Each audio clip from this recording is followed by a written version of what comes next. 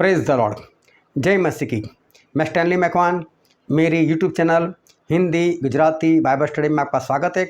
मेरे चैनल को आज अभी इसी वक्त आप सब्सक्राइब कर लीजिए और परमेश्वर के ज्ञान में आप बढ़ते जाओ। एक बार परमेश्वर अब्राहम से मिले और परमेश्वर ने अब्राहम को कहा कि अब्राहम, ये देश में तुझे दूंगा और तेरे संतान को दूंगा। अब्राहम बोलते हैं मुझे कैसे पता चलेगा? तो परमेश्वर ने उसको कुछ पशु के बारे में बताया, जैसे गाय की बच्ची होती है, वो 3 साल की होनी चाहिए। फिर एक भेड़ 3 साल की होनी चाहिए और फिर एक बकरी 3 साल की होनी चाहिए। 2 पक्षियों के बारे में बताया। और अब्राहम ने क्या किया, पक्षियों को तो जिंदा रखना अपने पास रखा, लेकिन बाकी पशुओं को 2-2 टुकड़े कर कर आपस में आमने सामने रख दिया, बीच में से रास्ता छोड़ दिया। और फिर ऐसा हुआ कि शिकारी पक्षी उसके ऊपर झपटे, तो अब्राहम ने वो पक्षी उड़ा दिए। अब्राहम ने पक्षी उड़ा दिए। कई लोग बोलते हैं ये अब्राहम ने बहुत बड़ा पाप किया, उसने पक्षी उड़ा दिए और इसलिए इजराइल लोगों को 400 साल गुलामी में जाना पड़ा। ये 400 साल की गुलामी क्या है? वो अंधकार क्या है जो अब्राहम के ऊपर आ पड़ा और अब्राहम भारी नींद में चला गया। और उस भारी नींद में परमेश्वर ने बताया कि तेरी अंश 400 साल तक वो गुलाम बनी रहेगी। उसके बाद सूर्य अस्त हो गया। फिर से अंधेरा छा गया। जब अंधेरा छा गया तो उन टुकड़ों के बीच में से जो लोथ नीचे पड़ी थी, काटकर अब्राहम ने रखी थी, उसके बीच में से एक जलती हुई अंगीठी, मतलब कि सिगड़ी चली गई धुआं निकालते हुए। उसके पीछे जलती हुई मशाल भी उसके बीच में से निकल गई। ये जलती हुई मशाल क्यों निकली? ये अंगीठी क्यों निकली? अंगीठी क्यों जल रही थी? उसमें से धुआं क्यों निकल रहा था? वो धुआं क्या है? वो अंगीठी क्या है? और ये मशाल क्या है? इसके पीछे क्या भेद है? इसके अंदर बहुत बहुत और बहुत ही बड़ी भविष्यवाणी छिपी हुई। वो बड़ी भविष्यवाणी कौन सी है? वो जानने की हमें बहुत ज़रूरत है। परमेश्वर हमें क्या कहना चाहते हैं, वो जानने के लिए मेरे साथ लगातार इस वीडियो में अंत तक बने रहो।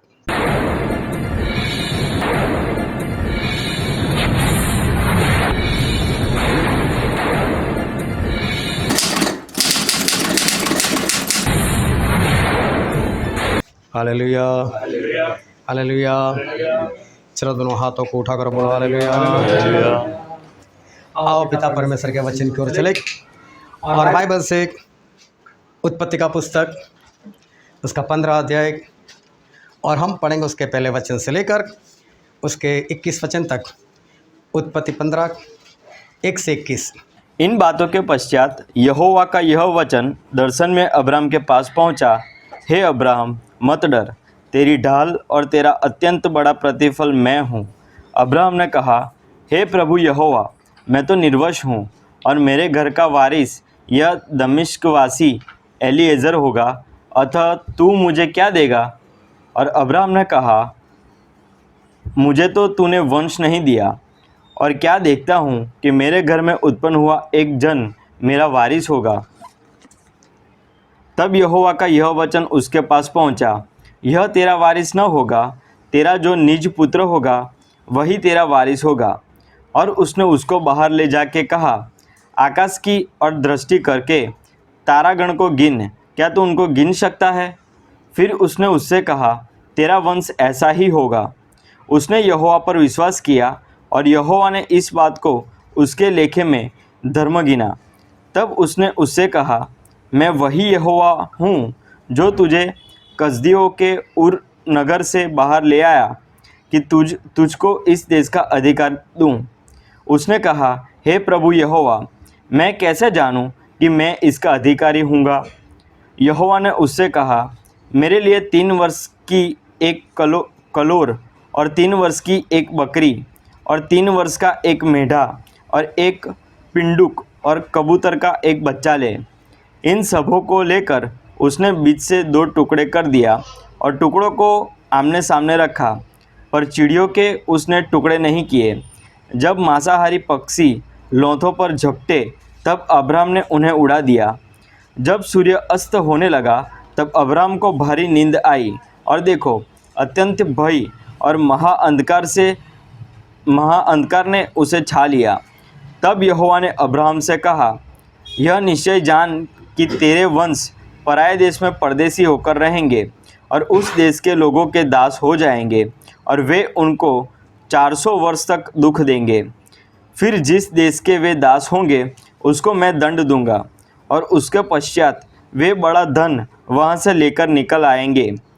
तू तो अपने पितरों में कुशल के साथ मिल जाएगा, तुझे पूरे बुढ़ापे में मिट्टी दी जाएगी, पर वे चौथी पीढ़ी में यहाँ फिर आएंगे, क्योंकि अब तक इमोरियों का अधर्म पूरा नहीं हुआ। और ऐसा हुआ कि जब सूर्य अस्त हो गया और घोर अंधकार छा गया, तब एक अंगीठी जिसमें जिसमें जिसमें से धुआं उठता था और एक जलती हुई मशाल दिखाई दी, जो उन टुकड़ों के बीच में से होकर निकल गई। इसी दिन यहोवा ने अब्राहम के साथ यह वाचा बांधी, मिस्र के महानद से लेकर परात नामक बड़े नद तक जितना देश है, अर्थात कैनियों, कनीजियों, कदमोनियों, हित्तियों, परिजियों, रपाइयों, इमोरियों, कनानियों, गिरगाशियों और यबूसियों का देश मैंने तेरे वंश को दिया है। पिता परमेश्वर का वचन हमारे बहुत ही आशीषित है और पिता परमेश्वर का वचन सच्चा है। और बाइबल में लिखा है, यदि तू सच्चाई को जानेगा तो सच्चाई तुझे आज़ाद करेगी। बहुत ध्यान से आज परमेश्वर के वचन को सुनना, समझना, उसके अनुसार चलना, ताकि परमेश्वर के राज के आप वारिस बन सको। 2026 में हम जीवन जी रहे, उसके 6 महीने ख़त्म हो चुके हैं, 7वां महीना भी आधे से ज़्यादा वो चला गया है और हम धीरे धीरे उस अंत की ओर जा रहे, जिसका बरसों से परमेश्वर के लोग इंतज़ार कर रहे थे। और हम धीरे धीरे एक डेंजरस जोन में प्रवेश कर चुके हैं। सही में अभी जो वक्त है वो वक्त एक डेंजरस है, ख़तरनाक, एक भयानक सा वक्त है। चाहे विश्वासी लोगों को अभी इस बात का पता नहीं चल रहा है कि हम कैसे वक्त से जा रहे। अभी भी पढ़ने वाले पढ़ाई करते हैं, जॉब करने वाले जॉब कर रहे, कारोबार करने वाले कारोबार कर रहे, गाली बोलने वाले गालियाँ बोल रहे, क्रोध करने वाले क्रोध कर रहे, झगड़ा करने वाले झगड़ा कर रहे, और जो परमेश्वर के लोग हैं वो परमेश्वर में। लेकिन सभी लोग अपनी अपनी मस्ती के अंदर गोविंदास से जीवन जी रहे। उनको पता नहीं चल रहा कि हम कौन से जोन में प्रवेश कर चुके। कभी मेरी बातों को ध्यान में लेकर आपके पास जो स्मार्ट मोबाइल है उसका सही इस्तेमाल कर कर कुछ ढूंढना उसके अंदर। जब मैं बोलता हूँ तो उसको याद रखो, या तो लिख लो और घर पर जाकर उसको ढूंढो कि सच में क्या हो रहा है दुनिया में। अभी साइंटिस्ट लोगों ने एक मैप जाहिर किया है और उस मैप को नाम दिया है कि भूकंप का मैप। भूकंप कहाँ कहाँ पर होंगे और कितने होंगे, कितने बड़े हो सकते, उसका एक मैप जाहिर किया है। उसमें हमारा भारत भी है, भारत का भी मैप है। और इस भूकंप के मैप को इन लोगों ने 6 जोन में बांटा हुआ है। उसमें जो 6वां जोन है वो सबसे खतरनाक जोन है कि उसमें सबसे ज़्यादा और सबसे बड़े भूकंप होने वाले, और बाकी जो जगह है वहाँ पर कुछ कम, लेकिन 6वां जोन, फिर 5, फिर 4, 3, 2, वडोदरा भी उस मैप में है। और मेरे ख्याल से वडोदरा 4था या 5वें जोन में है, लेकिन वडोदरा भी है। लेकिन कच्छ भुज में देखो वो 6 नंबर के जोन पर है। और 2001 में वहीं पर भूकंप हुआ था और हमारे वडोदरा में भी कुछ तो हुआ था। तो याद रखो, सूरत में भी कुछ लोग मर गए थे उस वक्त। और वो भूकंप इधर नॉर्थ में जाओ तो पंजाब तक पहुंच गया था, जहाँ पर साधु सुंदर सिंह का घर है, तो वो भी टूटा फूटा बन गया था। वहाँ पर उसको सपोर्ट डालकर वहाँ पर खड़ा रखा था ताकि लोग आकर उसको देख सके। फिर 6 जोन में आता है जम्मू कश्मीर भी आता है। जम्मू कश्मीर से लेकर दिल्ली से लेकर पंजाब से लेकर बिहार यूपी तक आता है। और ऐसा माना जाता है कि ऊपर वाला हिस्सा पूरा उड़ा दिया जाएगा। और ऐसा बता रहे हैं कि यहाँ पर 8 बड़े बड़े भूकंप होने वाले। मैं जितना भी बोलता हूँ उसमें ना तो मुझे कुछ परमेश्वर ने बताया, ना तो मैं ये सब कुछ जानता हूँ।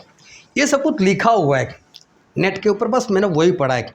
मैं वो बात आपको बता रहा हूँ जो साइंटिस्ट लोगों ने बताया, मैं उसकी बात कर रहा हूँ। कभी आप भी घर पर जाकर ये सब कुछ सर्च मारो तो आपको पता चलेगा कि है क्या। मैंने अभी बताया कि हम लोग आदिपुर नाम के गांव में गए थे काठियावाड़ में, और मालूम नहीं 25 साल पहले की बात उन्होंने शुरू कर दी।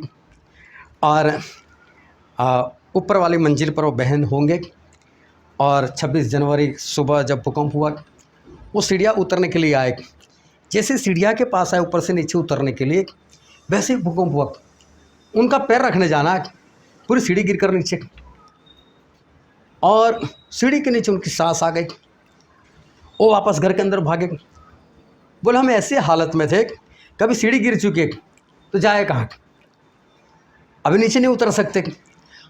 और भूकंप तो लगातार चलता रहा था। हमारे यहाँ 15 से 20 सेकंड चला था वडोदरा में, लेकिन वहाँ तो ज़्यादा चला। वो सब हिल ही रहा था, हम सीधे खड़े नहीं रह पाते थे, क्योंकि वहाँ पास में ही उसका केंद्र बना हुआ था। और उसके पास में एक और गांव बचाओ। उस वक्त मैंने सुना था 35,000 की बस्ती थी, उसमें कोई नहीं बचा था, कोई नहीं बचा था। उसके पास के गांव की मैं बात कर रहा हूँ। सोचो भूकंप कैसा होगा।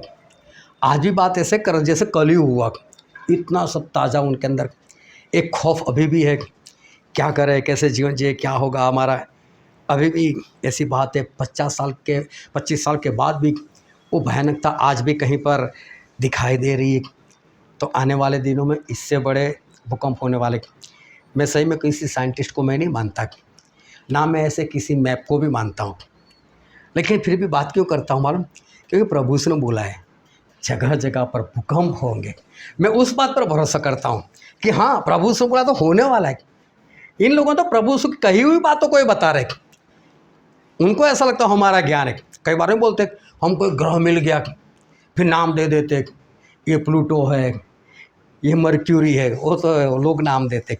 परमेश्वर तो कब का नाम दे कर रखा है उनको, परमेश्वर बनाए, परमेश्वर को सब कुछ मालूम है। तो साइंटिस्ट लोग सिर्फ वो बात ढूंढ कर बताते, उनको पता चलता है, लेकिन परमेश्वर ने तो बरसों से सारा काम कर कर रखा हुआ है। तो इसलिए मैं मानता हूँ कि हाँ, भूकंप होने वाले, जगह जगह पर होंगे, बड़े बड़े होंगे, क्योंकि प्रभु ने बोल कर रखा है कि मेरे आने से पहले सब कुछ होगा। NWO के बारे में कभी देखना, नहीं जो विश्व व्यवस्था है उसके बारे में भी कभी घर पर जाकर थोड़ा सर्च मारो, थोड़ा टाइम उसके पीछे लो कि क्या क्या ये नेट वाले बता रहे, क्या क्या अमेरिका वाले बता रहे, या भारत वाले बता रहे, या साइंटिस्ट वाले बता रहे, ये है क्या। मैं किसी को डराने की बात नहीं कर रहा, लेकिन जो कुछ लिखा है मैं उसकी बात कर रहा हूँ। तो ये बात तो बाइबल में भी लिखी है कि एक इंसान आएगा और वो पूरे वर्ल्ड में एक ही कानून लगाएगा। एक इंसान आएगा जो पूरे वर्ल्ड पर राज करेगा। अभी सोचो अमेरिका में एक ट्रंप है, हमारे यहाँ नरेंद्र मोदी जी है, तो वहाँ के कानून वो बनाएगा ट्रंप, यहाँ पर नरेंद्र मोदी बनाएंगे। दोनों के कानून अलग अलग हो सकते, उसमें कोई बड़ी बात नहीं। लेकिन जब पूरे वर्ल्ड में अगर एक ही कोई राज करने वाला हो, तो फिर पूरे वर्ल्ड में एक ही कानून बनेगा, फिर एक ही करेंसी होगी, फिर एक ही पासपोर्ट होगा, फिर पासपोर्ट की किसी को ज़रूरत भी नहीं होगी। तो बात सही है, सब कुछ बाइबल में लिखा है। तो अभी ये सारी बातें हमको सुनने को भी मिलती है। इसको NWO बोलते हैं कि ऐसा होने वाला है, उसके लिए प्रयत्न कर रहे हैं। इतना ही नहीं, हमारे चाचा जी भी बोल चुके, एक बार नहीं बार बार बोल चुके, हाँ ये आएगा, इसको आना ही है, पता नहीं कौन उसको शुरू करेगा। ये सारी बातें एक से ज़्यादा बार अलग अलग जगह पर बता चुके हैं। और जो बाइडेन था अमेरिका में इससे पहले, वो भी बता चुके ऐसा होने वाला है। ट्रंप ने बोला हाँ ऐसा होने वाला है। तो इसमें मैं ट्रंप पर विश्वास नहीं करता, मैं ऐसे किसी लोगों के ऊपर विश्वास नहीं करता, लेकिन बाइबल में लिखा है ऐसा होने वाला है, इसलिए मैं मानता हूँ कि हाँ होगा ऐसा, क्योंकि बाइबल में लिखा है। तो कभी तो घर पर जाकर इसके बारे में थोड़ा तो सोचो कि ऐसा सच में है कि नहीं, क्या क्या होने वाला है। और वो हमारे टाइम में हो रहा है, हमारे बाप दादा के ज़माने में नहीं हो रहा था, अभी हो रहा है। तो इसका मतलब क्या, इसका मतलब ये बनता है कि अभी वक्त नहीं है हमारे पास, हमें क्या कुछ करना पड़ेगा, कितना चौकन्ना रहना पड़ेगा, वो हमें सोचना है। कभी देखो 2030 एजेंडा देखो, उसमें क्या क्या लिखा है, कितने पॉइंट लिखे, उस पॉइंट में क्या क्या लिखा है, वो लोग क्या कहना चाहते, आने वाले दिन में क्या क्या करना चाहते। देखो तो सही कि कौन कौन सी योजना बनाकर बैठे। और ये सभी बातों के ऊपर विश्वास करने योग्य है ही नहीं, लेकिन वही बात हमारे परमेश्वर ने बोली है, इसलिए हमें परमेश्वर की बातों के ऊपर विश्वास करते हैं कि हाँ परमेश्वर ने बोला है। कैसे भयानक से दिन आएंगे कि बाप बेटे को मरवाएगा, बेटा बाप को मरवाएगा। तो यही तो सब कुछ करना चाहते, तो होने ही वाला है, उसमें कौन सी बड़ी बात है। बोला आप अपना घर छोड़कर भाग जाओ, प्रभु से बोलते हैं ना, अपना घर छोड़कर भाग जाओ, सामान लेने के भी ना रुको। तो वही तो लोग करना चाहते हैं कि हमारे हाथ में कुछ नहीं होना चाहिए, हम किसी के मालिक नहीं होना चाहिए, हमारे पास घर नहीं होना चाहिए, हमारे पास गाड़ी नहीं होनी चाहिए। तो उनकी बातों के ऊपर क्यों विश्वास करें? लेकिन विश्वास इसलिए करना है क्योंकि वो बात तो प्रभु से बरसों पहले बता कर गए कि ऐसा होने वाला है। इससे मैं कहता हूँ कभी तो सोचो, कभी अपने मोबाइल में गूगल पर टाइप कर कर देखो व्हाट इज़ नैनोबॉट्स, कभी तो सर्च मार कर देखो व्हाट इज़ नैनोबॉट्स। बताएंगे उसमें कि 2019 के बाद जितनी भी दवाई बनी है, जितने भी इंजेक्शन बने, जितने भी रॉकेट बने, उसमें नैनोबॉट्स शॉर्ट फॉर्म है, छोटे छोटे सूक्ष्म जो आँखों से दिखाई नहीं देते, ऐसे छोटे छोटे रोबोट्स उसमें डाले हुए। पूरा बताया गया है कि आपको सर दर्द करता है और आपने सर दर्द की गोली ली तो उसके अंदर जो रोबोट होंगे उस दवाई को सर में पहुंचाएंगे ताकि आपका सर मिट जाए, आपका दर्द चला जाए। अगर उस रोबोट में इतनी समझ है कि मुझे इस दवाई को सर में लेकर जाना चाहिए, कभी देखना ये नैनोबॉट्स में बोलता हूँ आज ही कर देखना। हो सकता है तो ग्रुप में सब कुछ डालना तो और लोग जो आलसी उनको भी पता चले कि हाँ सही में सब कुछ है। व्हाट इज़ नैनोबॉट्स इतना लिखना तो पता चले क्या हो रहा है। तो फिर रोबोट्स है तो फिर उसको कंट्रोल करने वाला है कोई, तो कंट्रोल करने वाला है तो कंट्रोल करने वाला उसको ये भी बोल सकता है कि जाए इसकी जो नाड़ी है उसको ब्लॉक कर दो, या तो ये भी बोल सकता है इसको स्ट्रोक ला दे, या तो ये भी बोल सकता है इसका हार्ट फेल कर दे। तो सब कुछ हो सकता है, लेकिन ये सारी बात कोई अंधेरे में नहीं हो रही, लेकिन सब कुछ हो रहा है। कभी तो देखो हार्प टेक्नोलॉजी क्या है, HAARP, ये हार्प टेक्नोलॉजी क्या है? ज़्यादातर लोग हंसते हैं जब भाई ऐसा तो होता होगा, ऐसा तो होता होगा। हार्प टेक्नोलॉजी वो है कि इंसान चाहे तब चाहे उस जगह पर बरसात ला सकता है, चाहे सर्दी हो, चाहे बरसात का मौसम हो, चाहे ठंड का वक्त हो। ये मत समझो कि वो सब कुछ परमेश्वर के हाथ में रहा है। इन लोगों ने मशीन बना ली है ऐसे, उसे हार्प टेक्नोलॉजी कहते हैं। कितना ऊंचा मशीन है, कितना लंबा है, कितना चौड़ा है, देखकर मुझे भी बताना। तो मुझे पता चला हाँ आपने ढूंढा है, कुछ काम तो किया है घर पर जाकर।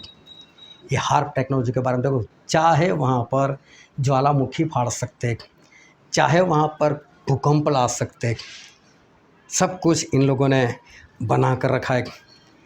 जो मोगेम्बो है, मैंने उसके बारे में बताया था कि ये मिडल ईस्ट के ऊपर ग्रहण बन कर आएगा। उसके फ़ोटो के साथ पीछे ग्रहण लगा था, उसका फ़ोटो मैंने बताया था। ये मिडल ईस्ट में देखो कुछ करेगा। 2023 नवंबर महीना था, 23 तारीख थी मेरे ख्याल से, तारीख प्लस माइनस हो सकती, उस वक्त मैंने ये वीडियो डाला था। और आज वो मोगेम्बो ग्रहण बनकर छाया हुआ है मिडल ईस्ट में, ईरान को परेशान कर रहा है और लोगों को परेशान कर रहा है। कभी देखो तो सही, सोचो तो सही क्या हो रहा है, क्यों हो रहा है, कैसे हो रहा है।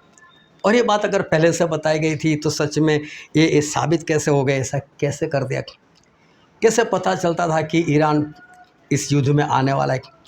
उस वक्त मैंने एक बात और भी बताई थी कि मोगेम्बो अपना हुलिया बदल देगा, हुलिया बदल कर उसको अमेरिका से बाहर भेज दिया जाएगा, किसी टापू के ऊपर बिंदास रहेगा वो, लेकिन उसका हम शक्ल एक होगा और उसकी हत्या की जाएगी, हम शक्ल की हत्या, और बताया जाएगा कि मोगेम्बो मर गया। और मारने वाला कौन? ईरान। अभी ज़्यादा वक्त नहीं हुआ, हफ्ता 10 दिन हुआ, इजराइल वालों ने ये चेतावनी जाहिर की है कि हमने कुछ खोजबीन की और खोजबीन से हमें ऐसा पता चला है कि ईरान वाले ऐसा कुछ प्रोग्राम बना रहे, ऐसा षड्यंत्र कर रहे, मोगेम्बो को उसके देश में जाकर उड़ाने का प्लान। और जब इजराइल बताता है तो इजराइल पावरफुल, वो जो बताता है वो सच बात है, ऐसा होगा ही होगा।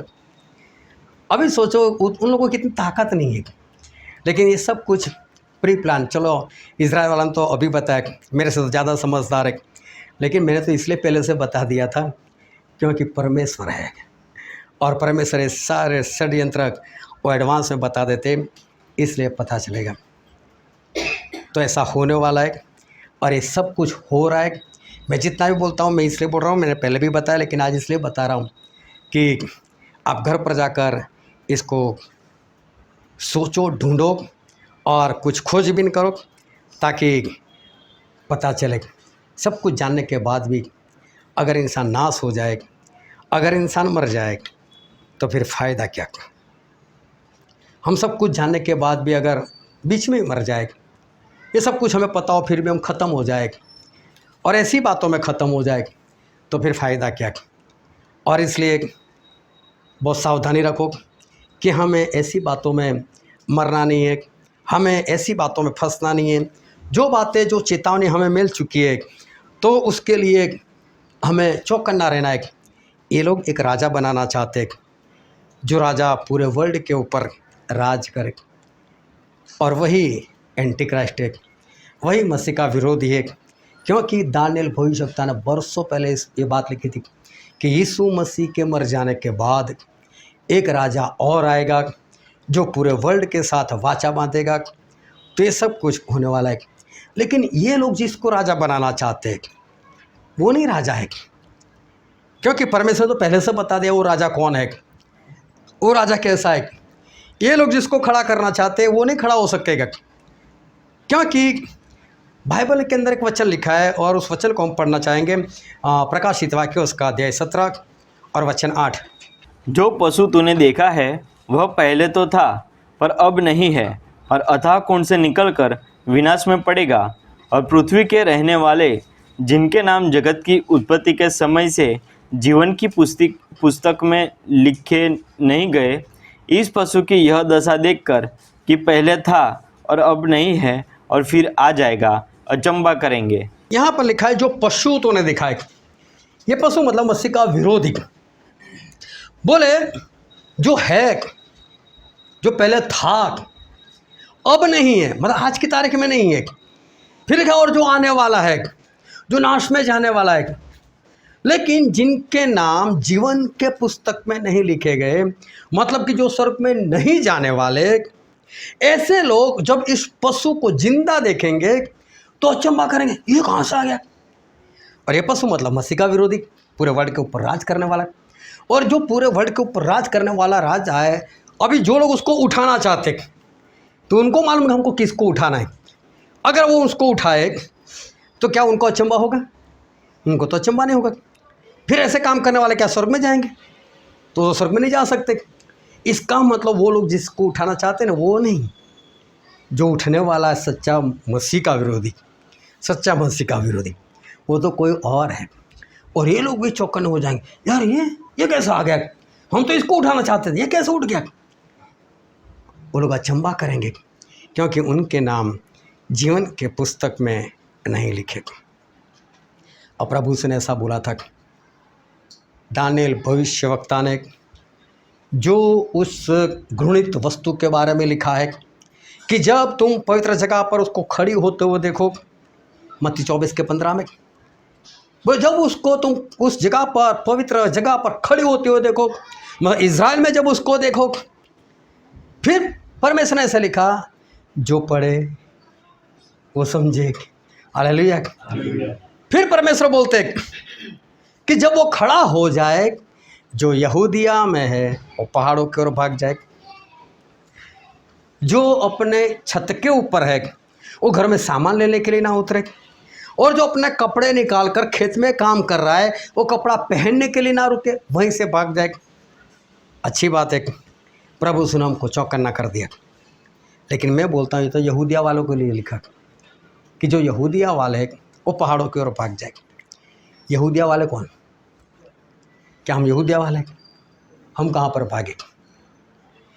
क्या जरूरी क्या हम उस वक्त छत पर ही होंगे?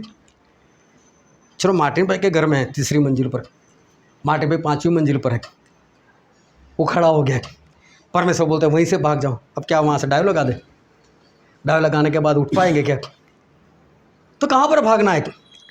बोले जो खेते में कपड़ा पहनने के लिए ना रुके, लेकिन भागे कहाँ वो तो बताओ, किस जगह पर भागे? लेकिन मैं सिर्फ इतना कहना चाहता हूँ कि प्रभु यीशु बोलते हैं भाग जाना। जो सर्वशक्तिमान परमेश्वर है, जो सब कुछ कर सकते, अगर वो ऐसा बोल सकते कि भाग जाओ, तो अंदाज़ा लगाओ वो कैसा होगा। उस वक्त इस दुनिया की परिस्थिति कैसी होगी, उस वक्त इस धरती के हालात क्या होंगे। आज भी निंदा, आज भी क्रोध, आज भी लड़ाई झगड़ा, आज भी सब कुछ ये हो रहा है। तो मैं बोलता हूं कि विश्वासी लोग कहाँ जी रहे, कौन सी परिस्थिति में जी रहे, उनको मालूम नहीं ये सब होने वाला है और ये तो कभी भी हो सकता है। तो हमें कितना पवित्र होना है, किस जगह पर हमको भागना है, जब इतने बड़े परमेश्वर जो सर्वशक्तिमान, जो ऐसा बोलते पहला और आखिरी में हूं, जो ऐसा बोलते कि अल्फा और ओमेगा में हूं, मैं सर्वशक्तिमान, वो खुद बोलते भाग जाना। तो सोचो तो सही वो इंसान कितना खतरनाक होगा। सोचो तो सही उस वक्त दुनिया के हालात कितने खतरनाक होंगे, जिसके कारण प्रभु यीशु खुद ऐसा बोलते हैं भाग जाओ। अंदाजा लगाओ, मैंने ऐसे ही नहीं बोला कि घर पर जाकर ढूंढना, सर्च मारना। मैं सच में बोलता हूँ, आज पूरा दिन उसी में बिता देना। सिर्फ एक जगह पर मत देखना, 10-12 जगह पर देखना। कौन इसके बारे में क्या बोलता है, कैसा बोलता है, कौन कौन सा सबूत बता रहे, क्या है, देखना उसको, ताकि पता चले कि हम कितने डेंजर जोन में हम प्रवेश कर चुके। प्रभु से ने यहाँ तक बोला कि वो तो 7 साल है उसके पास, अगर वो दिन में कम ना करता, कोई ना बचता, कोई नहीं, चुने हुए लोग भी नहीं। सोचो, प्रभु से खुद बोलते कोई नहीं बचता, अगर समय में लंबा देता उसको, मतलब 7 साल देता तो। प्रभु से खुद अगर ऐसी बातें कहे, डरावने वाली बात, तो हमको समझना चाहिए कि परमेश्वर क्या कहना चाहते। और आज भी लोग बिंदास से जीवन जी रहे, सभी को ऐसा है कुछ नहीं होता है, आज तो पेट्रोल मिल रहा है, आज तो डीजल मिल रहा है, भागो ये करो वो करो। पता होना चाहिए कि हम कौन से हालात में जा रहे, कौन से हालात में हम प्रवेश कर चुके। अभी तो है पवित्र आत्मा, अभी तो पवित्र आत्मा का काम चल रहा है, लेकिन ऐसे हालात में ऐसे लोग हैं जो आज भी छुप छुप कर कहीं पर नशा करते। बहुत ध्यान से समझना, परमेश्वर की कृपा है कि मुझे परमेश्वर इस्तेमाल करते करते आज 25 साल मेरे पूरे करवाए।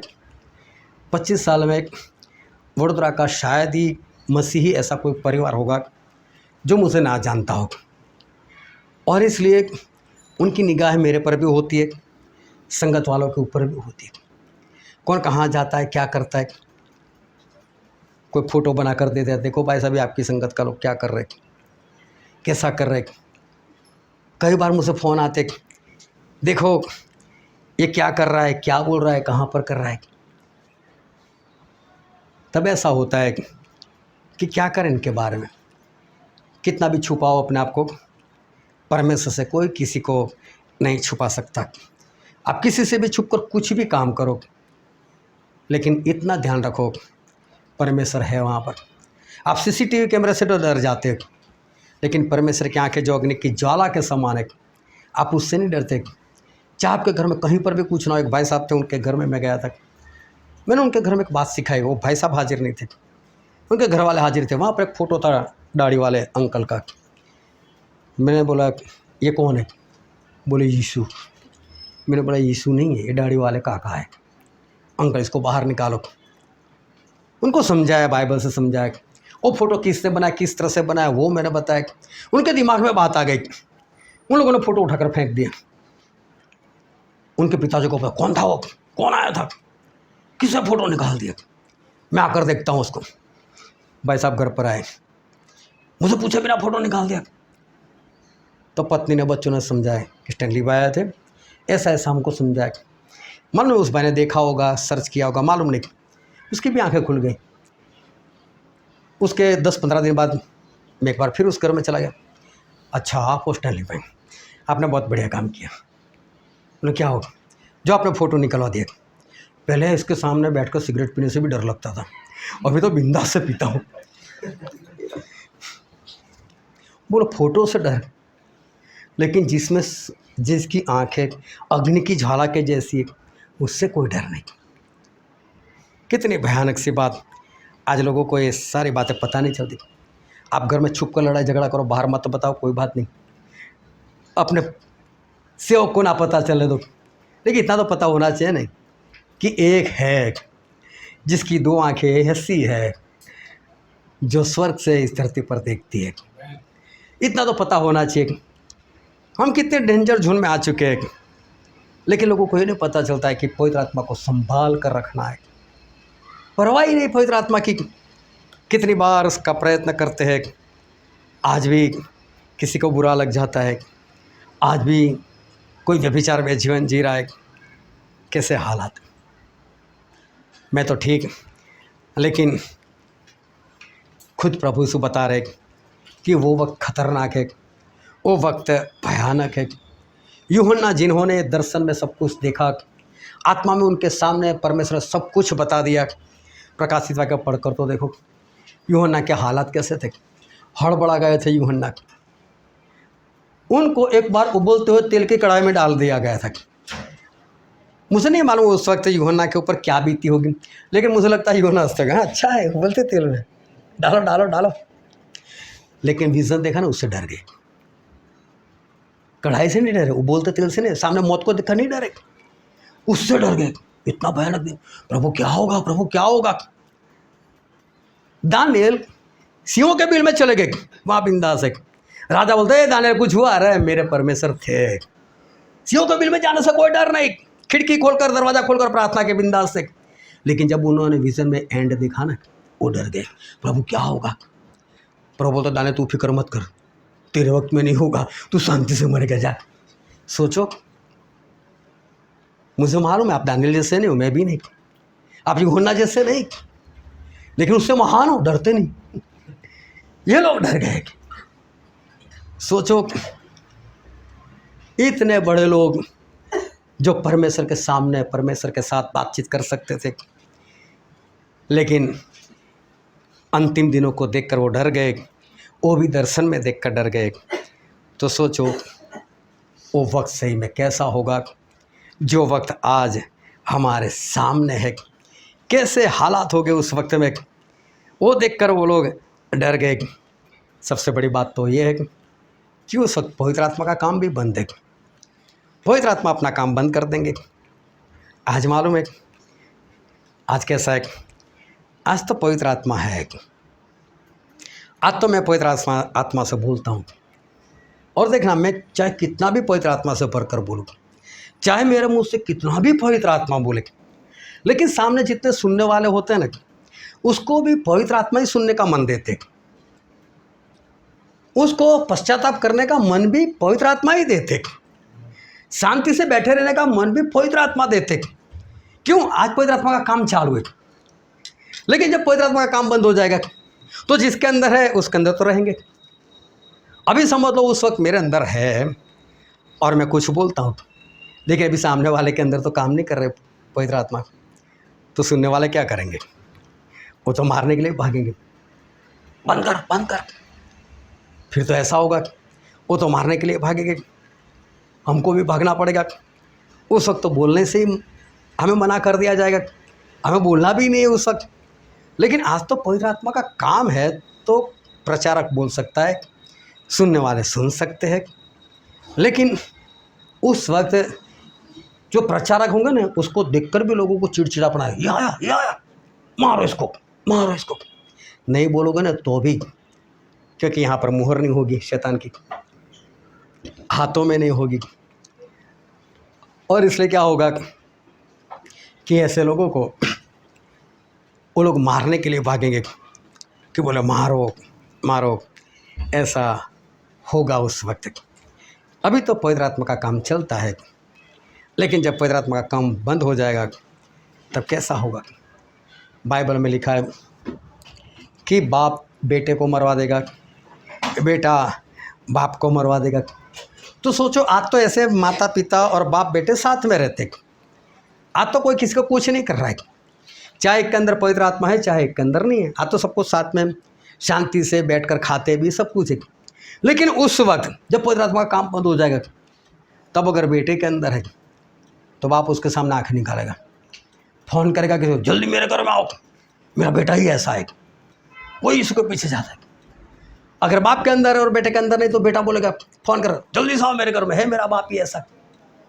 बाप मर जाएगा, बेटा रोएगा नहीं, खुश होगा। बेटे को मारकर बाप खुश हो जाएगा, माँ को मारकर बेटी खुश हो जाएगी, बेटी को मारकर माँ खुश हो जाएगी। क्योंकि पवित्र आत्मा है नहीं, जिसके अंदर नहीं, उसको कोई शर्म नहीं, उसको कोई डर नहीं, उसको कोई दुख नहीं।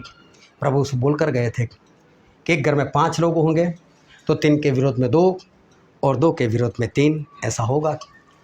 बाप पकड़वाएगा, माँ पकड़वाएगी, बच्चे पकड़वाएंगे, ये सब कुछ प्रभु यीशु बोल कर गए। पवित्र आत्मा होना और पवित्र आत्मा के बिना वाले लोग आज तो साथ में है, लेकिन उस वक्त साथ में नहीं रह पाएंगे। आज जिस माँ की वजह से, जिस बाप की वजह से, जिस पति की वजह से, जिस पत्नी की वजह से, जिस बच्चों की वजह से आप प्रभु बोझ छोड़ सकते हो, या तो फिर आप परमेश्वर को छोड़ सकते हो, परमेश्वर के वचन को छोड़ सकते हो, संगति छोड़ सकते हो, उस वक्त आप उन्हीं लोगों के साथ नहीं रह पाओगे। ऐसा वक्त आने वाला है, इसलिए हमको कितना तैयार होना है। मालूम है मिस्र में कैसा हुआ होगा। उस गोशेन में परमेश्वर के लोग रहते थे और वहाँ पर विपत्ति आती थी, चलो पानी का लहू, वो तो हम पढ़ते कि मूसा ने पानी का लहू बना दिया, हम पढ़ते फिर आगे चले जाते, फिर वापस पानी पानी बन गया, लहू निकल गया उसमें से, शुद्ध हो गया पानी, वापस सभी ने पिए। लेकिन इतना आसान नहीं है। सोचो जब पानी का लहू बन गया होगा तो हमको 1 घंटे में तो प्यास लग जाती है, उनको भी तो लगी होगी 1 घंटे में प्यास। छोटा बच्चा होगा तो मम्मी को, मम्मी पानी, मम्मी पानी, मम्मी कहाँ से पानी लेकर आए? पानी तो है नहीं, पानी तो लहू बन चुका है, कैसे पानी पिलाए? मम्मी को खुद को प्यास लगी है, क्या 1 घंटे के लिए पानी का लहू हुआ था? क्या 2-4 घंटे के लिए होगा? वो तो मालूम नहीं कितने वक्त के लिए हुआ होगा। पूरा मिस्र देश वो प्यास से तड़फड़ा रहा होगा, मुझे पानी चाहिए, मुझे पानी चाहिए, मेरी जबान सूख रही, लेकिन कहीं पर पानी नहीं। तो कितना चीखना चिल्लाना होता होगा। छोटे छोटे बच्चे तो रोने लग जाएंगे, चिल्लाएंगे पानी दो, पानी दो। और वहीं पर इजराइल के लोग, उनके पास है पानी, उनका पानी लहू नहीं, क्या वो आनंद से नाचते होंगे? वो भी डर के मारे बैठे होंगे, यार इतना चीखना चिल्लाना, इतनी चिल्लाहट, ऐसा माहौल।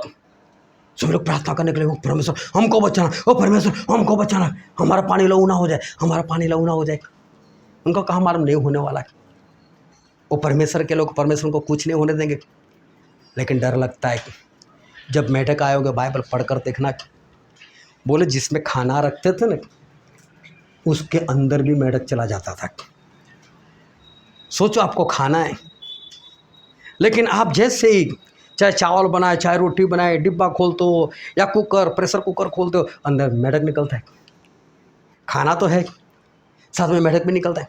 चलो अंदर नहीं, आपने जैसे थाली में लिया तभी 2-4 मेढक उसके अंदर कूद पड़े। क्या करोगे, कैसे खाओगे? अरे वो छोड़ो, मैं तो बोलता हूँ आपने पानी भी नहीं पिया, आपने खाना भी नहीं खाया, लेकिन फिर भी आपके ऊपर जंप लगा रहे। सिर्फ कॉकरोच निकलता है तो कैसा होता है ना? तो फिर मेढक आपके ऊपर जंप लगाते हुए कैसे हालत होगी? कितना चिखना चिल्लाना होता होगा। और मेढक फिर उनसे भी नहीं डरते थे, उसके घर में भी घुस गए थे, और इजराइल वालों के घर में नहीं है, लेकिन वहाँ पर आवाज़ आ रही है चिखने की, चिल्लाने की। फिर उन्होंने बोला जल्दी से मेढक को बुलाओ, ओहो मूसा को बुलाओ, मेढक को दूर करे। मूसा ने परमेश्वर को बोला, परमेश्वर का बोले मार दे, सारे मेढक मर गए। बाइबल में ऐसा लिखा है मेढकों का ढेर लग गया। बाइबल में ऐसा लिखा है इतनी बदबू आई। ये लोग चिखते चिल्लाते होंगे, तो क्या गोशेन में परमेश्वर के लोग आनंद से नाचते होंगे? वो भी प्रार्थना में, वो परमेश्वर बचाओ, उस मेढक की आवाज़ आ ड्रांग ड्रांग ड्रांग, उससे भी लोग डरते होंगे। और ये लोग प्रार्थना करते होंगे, वो परमेश्वर हमारे यहाँ ना आए, हमारे यहाँ ना आए, चिल्लाते हो। ये भी लोग प्रार्थना में चिल्लाते होंगे, प्रभु हमको बचाओ, प्रभु हमको बचाओ। ऐसे तो एक के बाद कितनी विपत्ति आ गई। टिड्डी आ गई, खेत खा गई, पेड़ खा गए, मक्खी आई, चूहा आई। माँ देख रही है कि मेरे बेटे के सर के ऊपर इतनी चीज, करे क्या करे, वो तो खुद खुजा रहे, उसके सर में भी इतनी चूहे। सोचो कैसे हालात होंगे।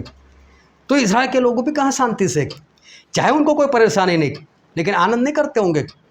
वो भी डर के मारे बैठे रहे होंगे, वो भी चिखना चिल्लाना सब सुन रहे, वो भी लगातार प्रार्थना। आसमान से ओले बरसना शुरू हो गए, ओले के साथ आग। सभी लोग डर रहे, चाहे लोग परेशान हो रहे, इजराइल के लोग प्रार्थना कर रहे, लेकिन मिस्र के लोग चिल्ला रहे, इनकी चिल्लाहट से इनको भी डर। कभी भी देखना आपके आसपास में लड़ाई झगड़ा होता होगा ना, आप नाचते नहीं होंगे, आपको भी डर कहीं हमारे तक ना आ जाए, हमारे पास ना पहुंच जाए। एक डर लगा रहता है और डर के मारे प्रार्थना बढ़ जाती है। ऐसा माहौल उस मिस्र देश के अंदर था। चाहे मिस्रवासी परेशान हो रहे थे तो परमेश्वर के लोग भी परेशान ही थे, चाहे विपत्तियों से नहीं लेकिन हालात से। और वो लोग लगातार प्रार्थना में जीवन, उनको भी तो टेंशन रहता होगा, वो भी घबराते होंगे कहीं हमारे पास कुछ ना हो जाए, हमारे साथ कुछ ना हो जाए। लगातार प्रार्थना। जो प्रार्थना नहीं कर सकते होंगे वो भी बैठ जाते होंगे, प्रार्थना करो। सिर्फ सोचो, फिरौन राजा था, फिरौन ऐसा कर सकता था। इजराइल लोगों की वजह से हम परेशान हो रहे हैं, सेना को जब मार दो, सभी को ख़त्म कर दो। क्या इजराइल के लोग ख़त्म नहीं हो सकते थे? क्या मूसा को मार नहीं सकते थे? मानो इसके दिमाग में क्यों नहीं आया कि उसे किसी को मारा नहीं। अगर आज कोई हमको परेशान कर रहा है, मैं खुद जब नया मसीह में आया था तब मैं जिन लोगों को मेरा शत्रु मानता था, मैं उनके लिए प्रार्थना, परमेश्वर को मार दो, इनको ख़त्म ही कर दो। मुझे नहीं मालूम था मुझे इनको माफ़ करना चाहिए, मेरी भी प्रार्थना थी ऐसी। तो हमको इतना तो पता चलता नहीं किसकी वजह से मैं परेशान हो रहा हूँ। तो फिर उनको भी पता चलता था ना, मूसा की वजह से, हारून की वजह से, इजराइल लोगों की वजह से मैं परेशान हो रहा हूँ, मार दो सभी को, ख़त्म ही कर दो। फिर उनका परमेश्वर किसके लिए लड़ेगा मेरे साथ? ये सब कुछ इजराइल वाले तो जानते थे ना, तो कितनी प्रार्थना करते होंगे, परमेश्वर फिर उनके मन में मत आने देना, कहीं वो उनको मार ना दे, परमेश्वर मूसा को बोल देना, परमेश्वर मूसा को बचाना। कैसे हालात उस वक्त इजराइल के लोगों के भी थे, वो समझने की बहुत ज़रूरत है। चाहे अंतिम दिनों में पवित्र आत्मा है, लेकिन फिर भी बहुत ज़रूरत होगी कि हमें प्रार्थना करनी चाहिए। और फिर से ऐसा ही वक्त हमारे जीवन में आ रहा है, फिर यही सारी विपत्तियाँ, फिर पानी का लहू बनने वाला है, फिर फोड़े आने वाले, फिर पानी जहरीला होने वाला है, फिर 200 करोड़ दो बार मरेंगे, फिर युद्ध होंगे, फिर आकाश में धुआं, इस धरती पर आग, गंधक, लहू, बहुत कुछ होगा। वापस अंधकार छा जाएगा, वापस चिड़िया आएगी, वापस खेतों को खा जाएगी, इंसानों को परेशान करेगी, वापस वही सारी बातें, वही जो निर्गमन के पुस्तक में लिखा है, जो मिस्र देश में हुआ था, वही सब कुछ, लेकिन अब भारी मात्रा में एक बार फिर से होने वाला है। फिर से एक बार वैसा ही होगा जो परमेश्वर के लोग, उनको कुछ नहीं होने देंगे परमेश्वर। लेकिन सोचो तो सही, उनके हालात कैसे होंगे, वो लोग भी कितने डर रहे होंगे, उनको उस वक्त कितनी प्रार्थना की ज़रूरत पड़ती होगी, कितनी प्रार्थना करनी पड़ेगी होगी। मैंने कई बार समझाया, मैंने कई बार बताया कि आप अचानक से प्रार्थना नहीं कर पाओगे। प्रार्थना आपके जीवन में आज से होनी चाहिए। आज जितने लोगों को ऐसा लगता है कि प्रार्थना लंबी है, तो सोचो वो उस वक्त प्रार्थना नहीं कर पाएंगे। लंबी प्रार्थना का मतलब होता है कि उस वक्त हमें लगातार प्रार्थना में बने रहना है, फालतू शब्द की प्रार्थना नहीं, हाँ बड़बड़ाना नहीं, लेकिन उस वक्त हमें लगातार प्रार्थना में रहना है। मैंने एक बार बताया था, हालोल में आंधी तूफान आया था, आधा घंटा चला था, आधा घंटा हमारे एक ही प्रार्थना, हाथों को उठाकर परमेश्वर को रोक लो, परमेश्वर को रोक लो, कोई और दूसरी बात नहीं, परमेश्वर को रोक लो। ना बाहर निकल सकते थे, ना अंदर रह सकते थे। ऐसा होता कोई पेड़ गिर गया, घर गिर गया तो क्या होगा, पता था परमेश्वर ऐसा नहीं होने देंगे, लेकिन फिर भी प्रार्थना की कितनी ज़रूरत है। जब तक वो तूफान थम नहीं गया तब तक हमने चैन की सांस नहीं ली थी, प्रार्थना करते रहे, कोई दिल की धड़कन नहीं बढ़ी थी, कुछ ऐसा नहीं हुआ था कि हम मर जाएंगे, लेकिन फिर भी जो माहौल था उसको देखकर हम नाचते नहीं थे, आनंद नहीं करते थे। हमारे आसपास वाले हमारे घर में आ गए थे, इनके घर में सेफ्टी है, लेकिन फिर भी हम लोग लगातार प्रार्थना करते रहे जब तक वो आंधी तूफान थमा नहीं। प्रार्थना की ज़रूरत है। अभी से आप प्रार्थना करोगे तो उस वक्त आप लंबे समय तक प्रार्थना कर पाओगे।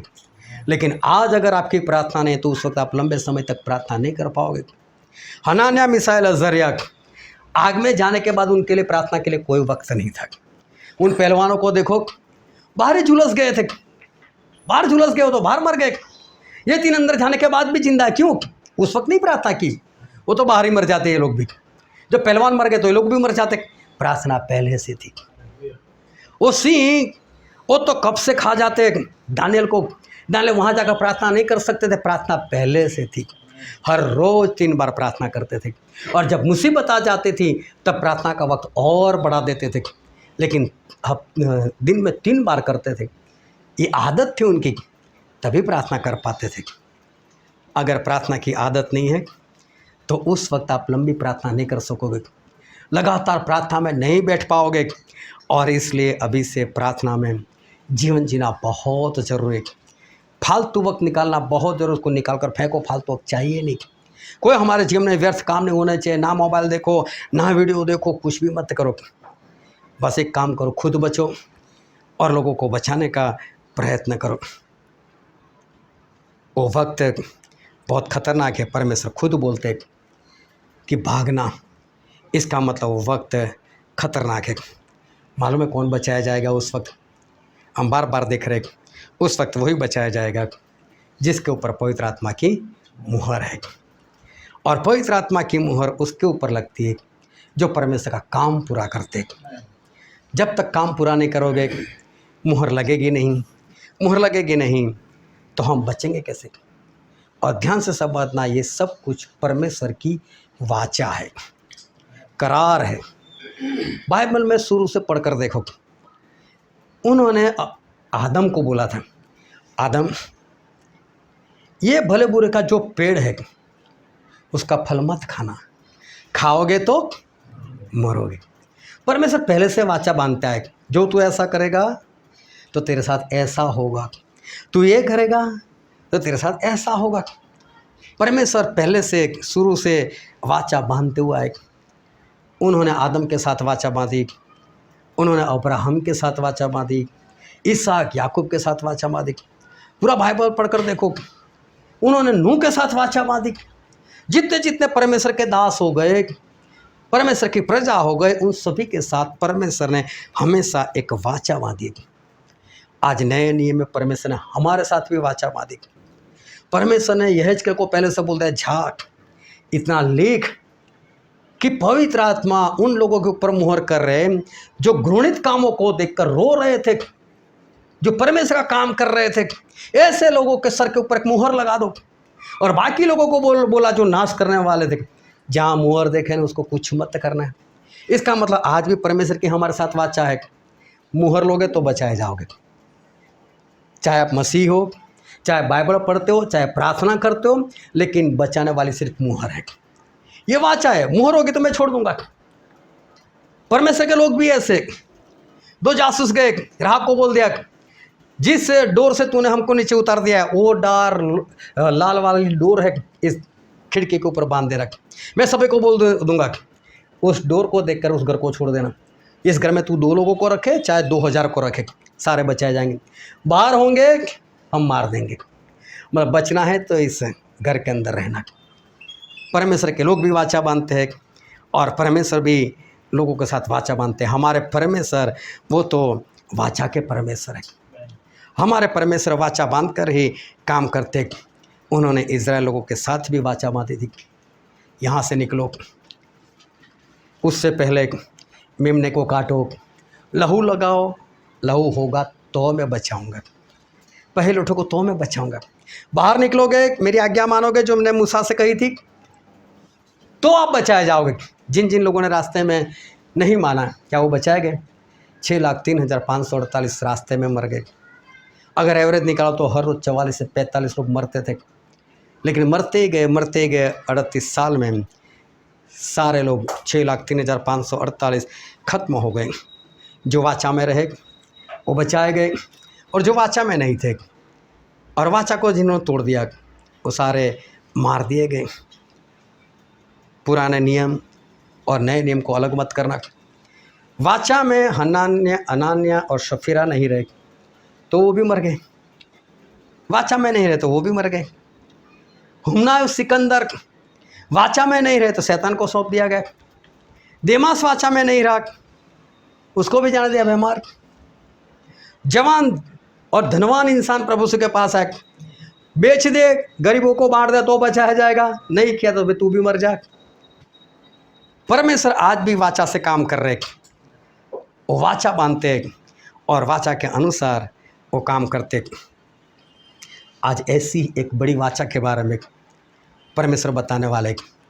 आज ऐसे एक बड़ी वाचा जो एक भविष्यवाणी के रूप में परमेश्वर ने बताई थी, आज हम पवित्र आत्मा से उसको ही देखने वाले।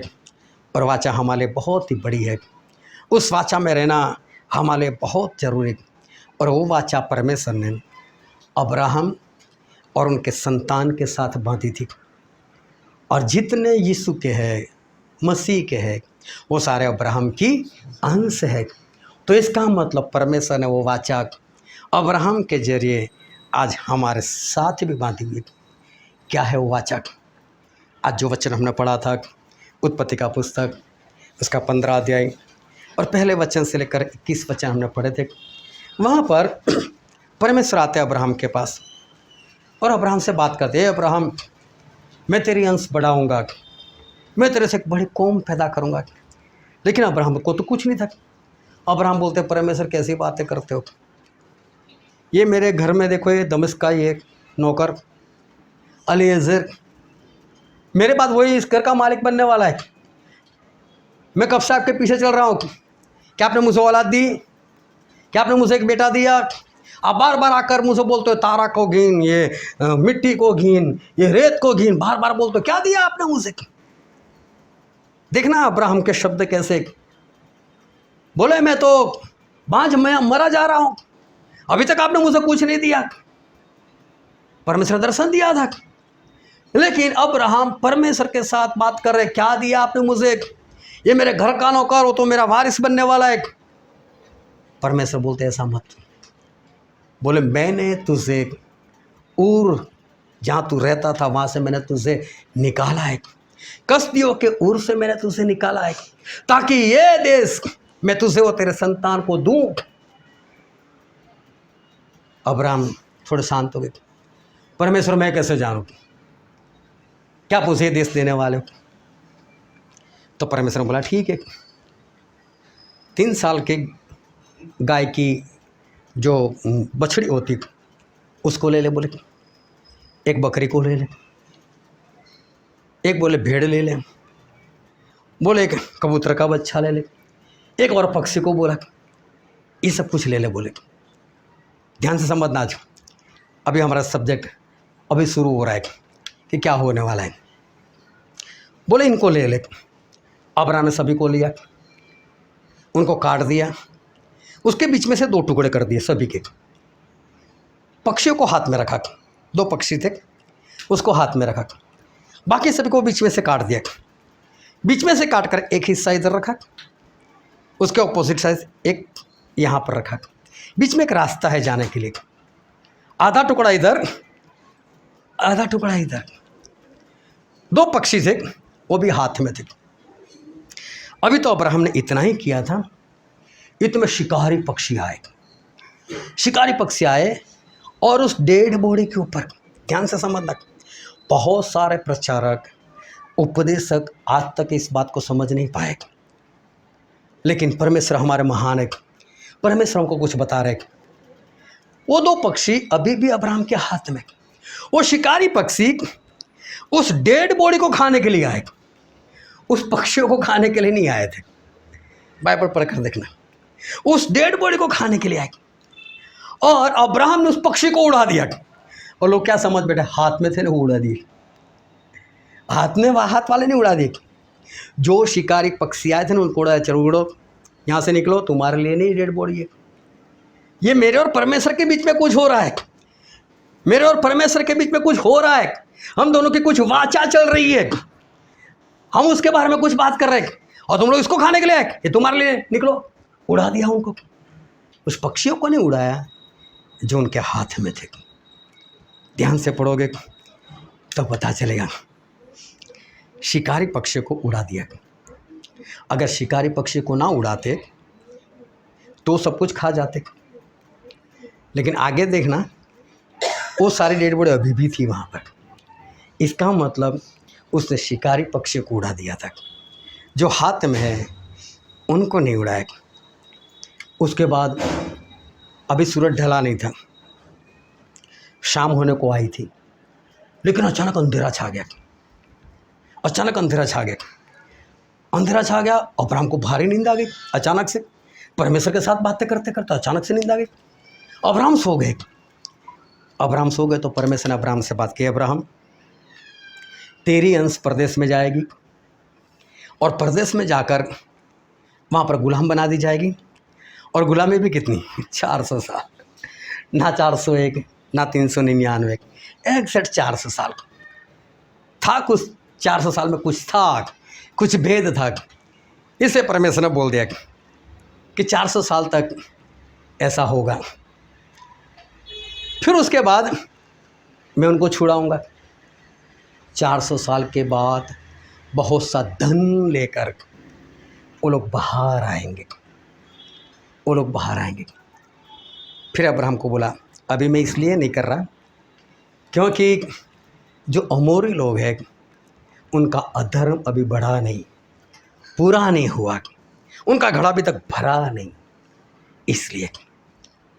उसके बाद बाइबल में लिखा गया, ऐसा हुआ कि सूरज अस्त हो गया, सूरज डूब गया।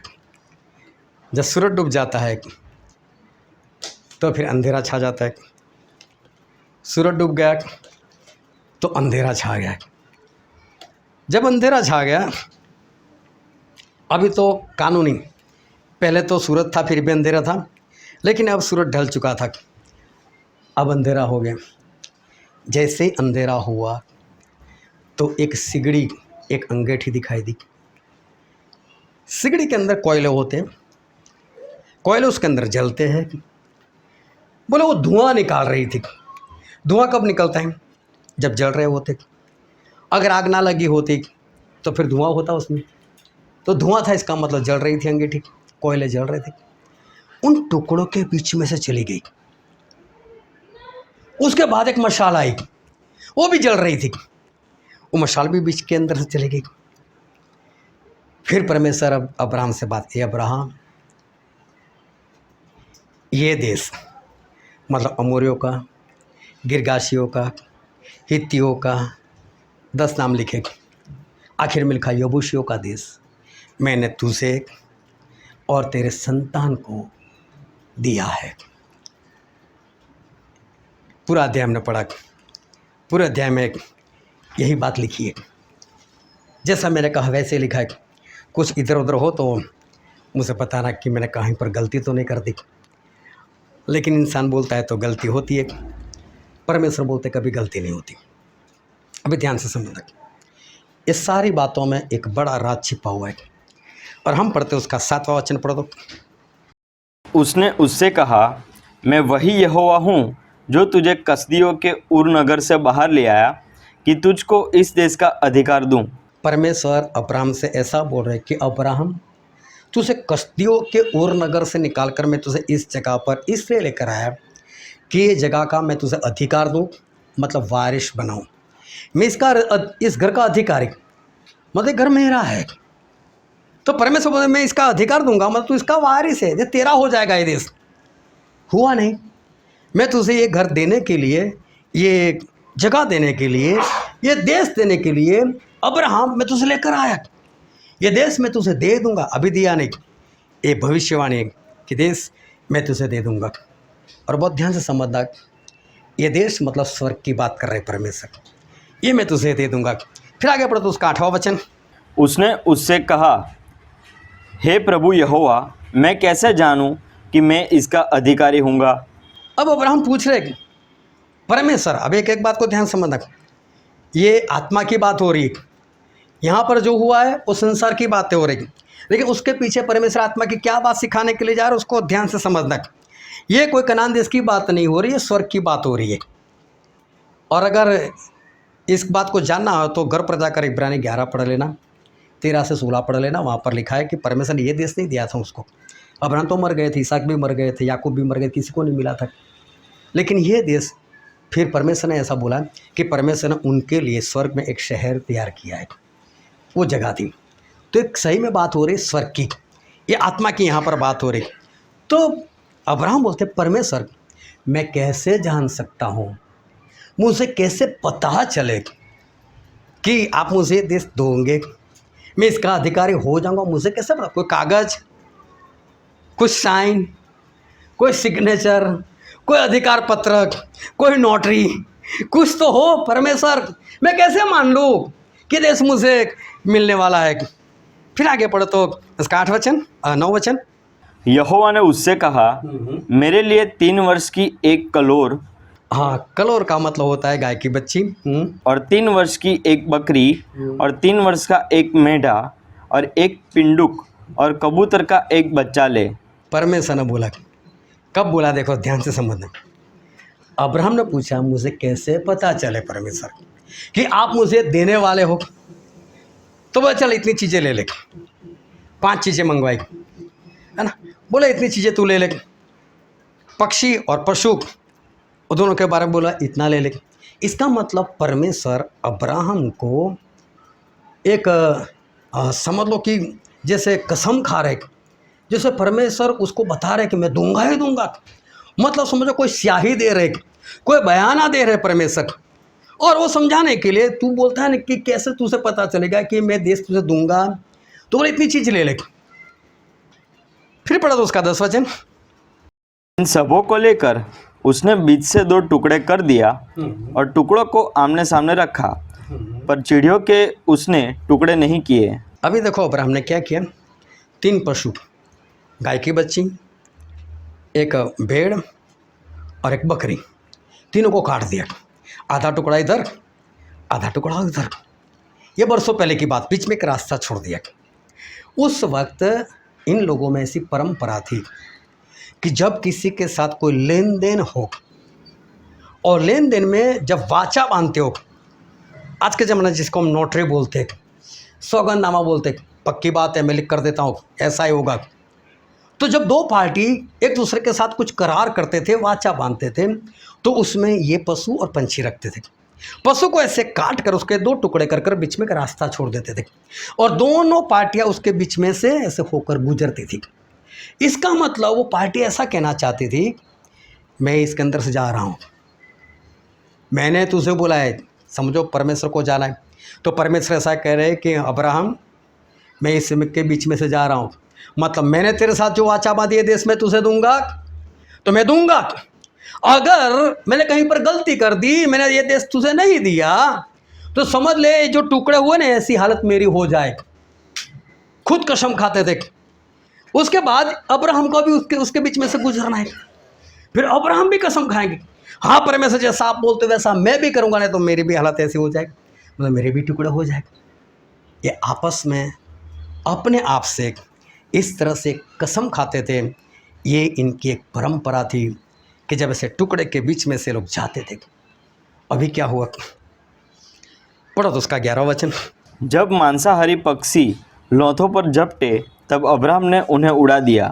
कई लोग ऐसा समझते कि इसको उड़ा दिया ना जिसके हाथ में थे, इसलिए परमेश्वर ने अब्राहम को दंड दिया और उनके लोग 400 साल गुलाम बने। ऐसी बात नहीं है, वो तो अपने हाथ में थे, लोथों पर झपटे हो, तो उनको तो लोथ चाहिए, लोथ खाने के लिए।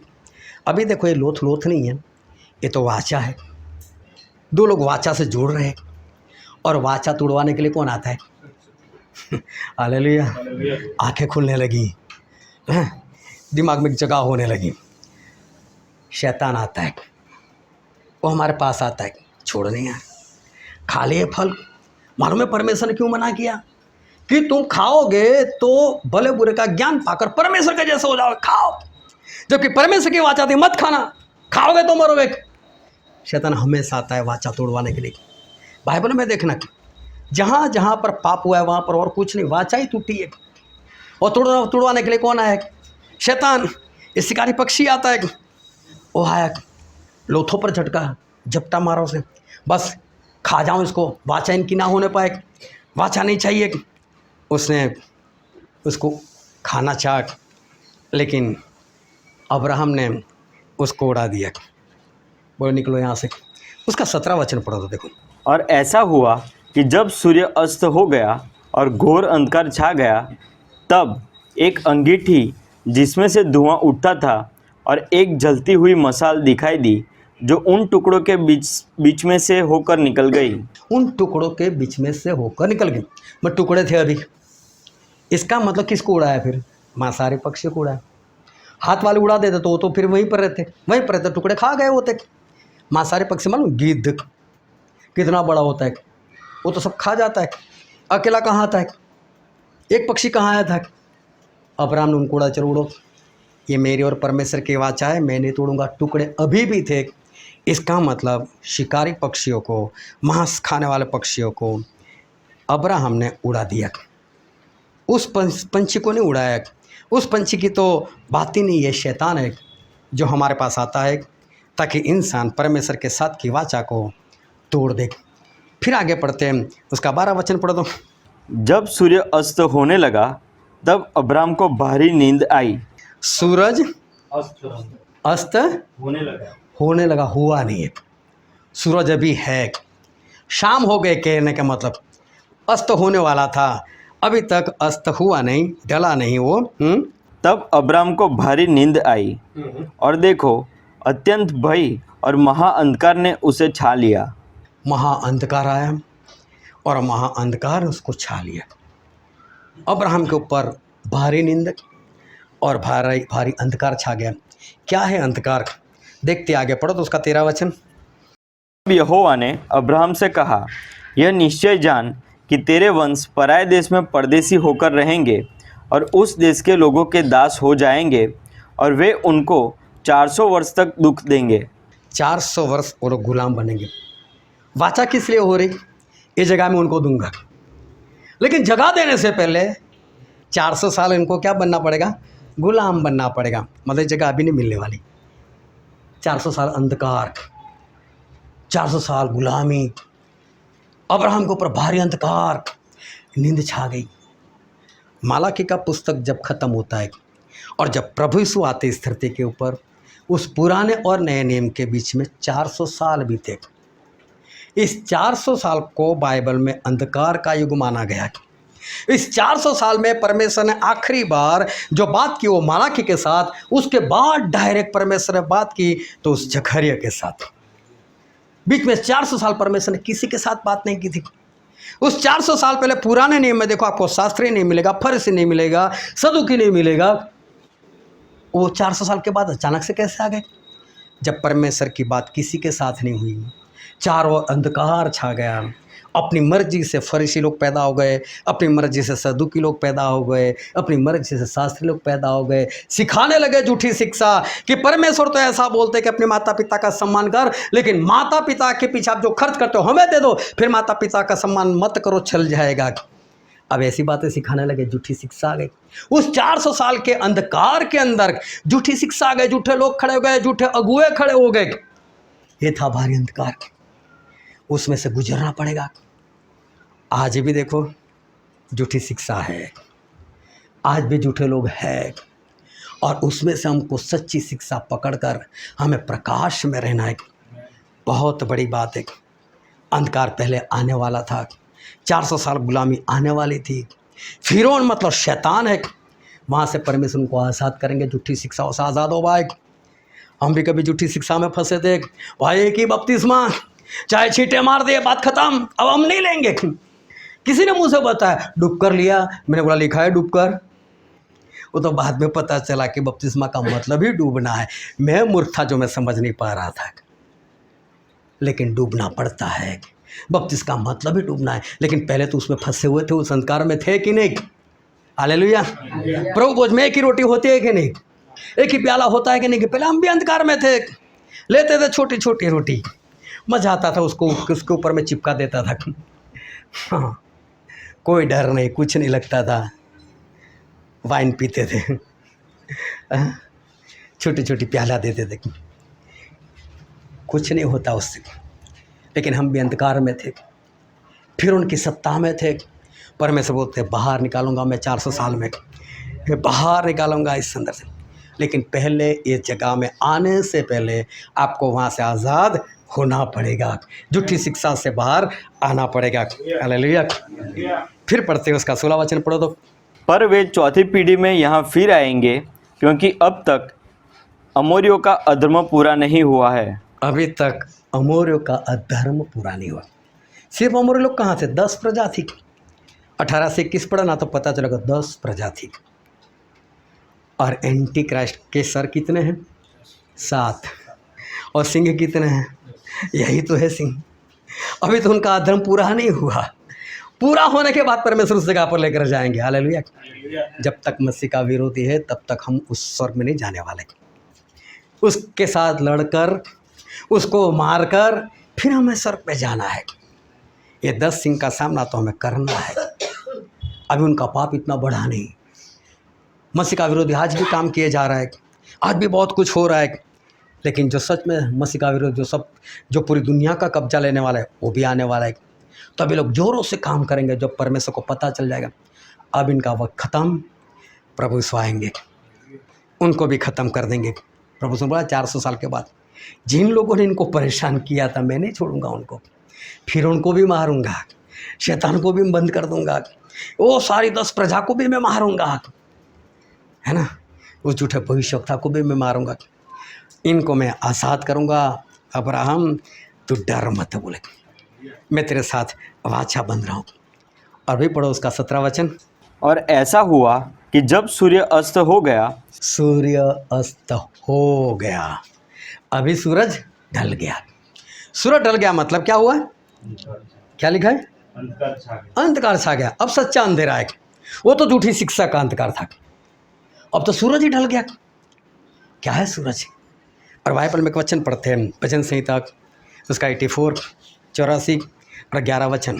क्योंकि यहोवा परमेश्वर सूर्य और ढाल है, यहोवा अनुग्रह करेगा और महिमा देगा, और जो लोग खली चाल चलते हैं उनसे वह कोई अच्छी वस्तु रख न छोड़ेगा।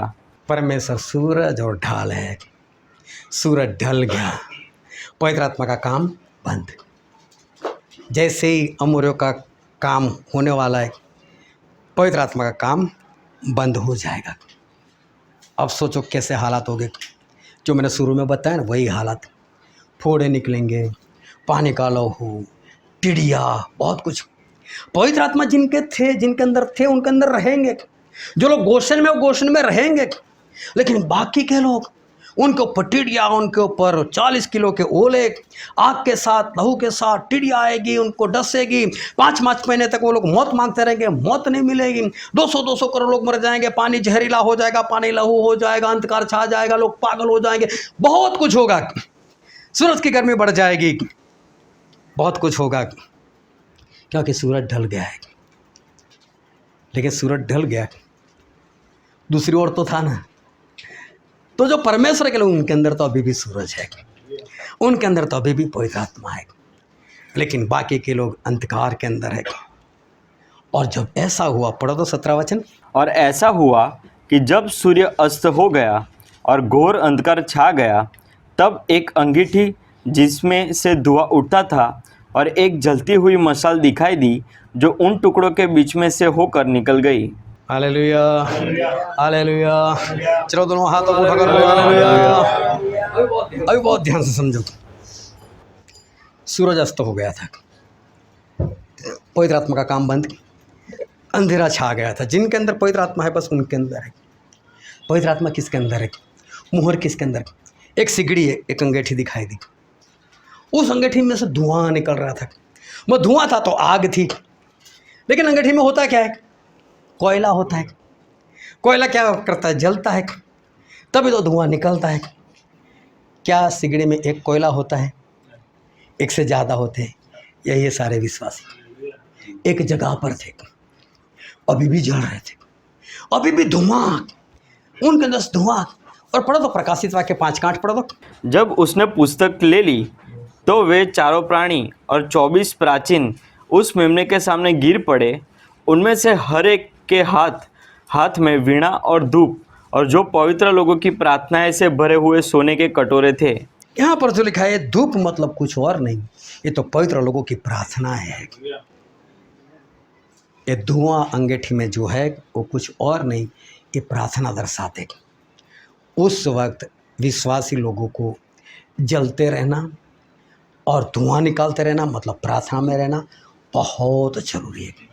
क्योंकि बाहर मारो काटो चिल्लाने की आवाज़ें, मरने की आवाज़ें, 200 करोड़ दो बार एक साथ में मरते, पानी झरीला लोग मरते, कई जगह पर स्त्रियाँ चिल्लाते होंगे मेरा बेटा मर गया, मेरा पति मर गया। कई जगह पर लोग चिल्लाते होंगे कि आसमान से ओले गिरे, 5 लोग इधर मर गए, 10 लोग इधर मर गए, 70 लोग इधर मर गए, बड़ी बड़ी आवाज़ें, भयानक सा माहौल। और परमेश्वर के लोग डरते हुए किसी एक जगह पर छुपे इकट्ठे हैं, जल रहे हैं, धुआं निकाल रहे हैं। बहुत प्रार्थना की ज़रूरत है, बहुत प्रार्थना की ज़रूरत है। उस वक्त बहुत प्रार्थना करनी चाहिए, लेकिन आज अगर प्रार्थना नहीं है तो फिर उस वक्त कैसे प्रार्थना कर पाओगे। इसलिए आज से प्रार्थना होनी बहुत ज़रूरी है। और मालूम है वो अंगीठी निकली, और कहाँ से निकली? उन टुकड़ों के बीच में से। यही तो वाचा है। जब परमेश्वर बोलते मैं तुझे दूंगा और इंसान बोलते मैं लूंगा, तो इसका मतलब होता है कि हम वाचा से जुड़ गए। तो तू मेरी वाचा में रहेगा। इसका प्रमाण क्या है, इसका सबूत क्या है? परमेश्वर मैं बीच में से निकलता हूँ। तो पहले कौन निकला? अंगीठी। अंगीठी में क्या? कोयला। कोयला मतलब विश्वासी लोग, मतलब परमेश्वर के लोग सारे पहले बीच में से निकला। परमेश्वर हम आपकी वाचा को पूरी करेंगे। हालेलुया। चलो अपना दाहिना हाथ उठाकर बोलो परमेश्वर हम आपकी वाचा को पूरी करेंगे। ये करना पड़ेगा हमको, ये करना है। उस टुकड़ों से बीच से होकर हमें गुजरना है। उसके बाद क्या आई? मशाल आई। कैसी थी मशाल? बुझी हुई। क्या लिखा है? जलती हुई मशाल थी। वो भी बीच में से उसके पीछे गुजर गई। मशाल जल रही थी, उस टुकड़ों के बीच में से गुजर गई। 2 पार्टी, एक तो विश्वासी लोग गुजर गए अंगीठी या सिगड़ी, जलते हुए कोयले और उसका धुआं, मतलब विश्वासी लोग प्रार्थना के साथ उसके बीच में से गुजर गए। दूसरी पार्टी कौन है? दूसरी पार्टी परमेश्वर है। लेकिन परमेश्वर ये वाचा किसके साथ बांध रहे? अब्राहम के साथ। परमेश्वर सब कुछ अब्राहम को बोल रहे, और अब्राहम मतलब विश्वासी लोगों के पिता। अब्राहम को बोला तू और तेरी संतान। तो सिगड़ी कुछ और नहीं है, वो अब्राहम की सारी संतान है, जो परमेश्वर के पीछे चलते, जो परमेश्वर के लोग हैं, वही है। धुआं निकल रहा है मतलब कि प्रार्थना चल रही है, लगातार प्रार्थना चल रही है। जब पवित्र आत्मा का काम बंद, बहुत प्रार्थना की ज़रूरत हमको पड़ने वाली है।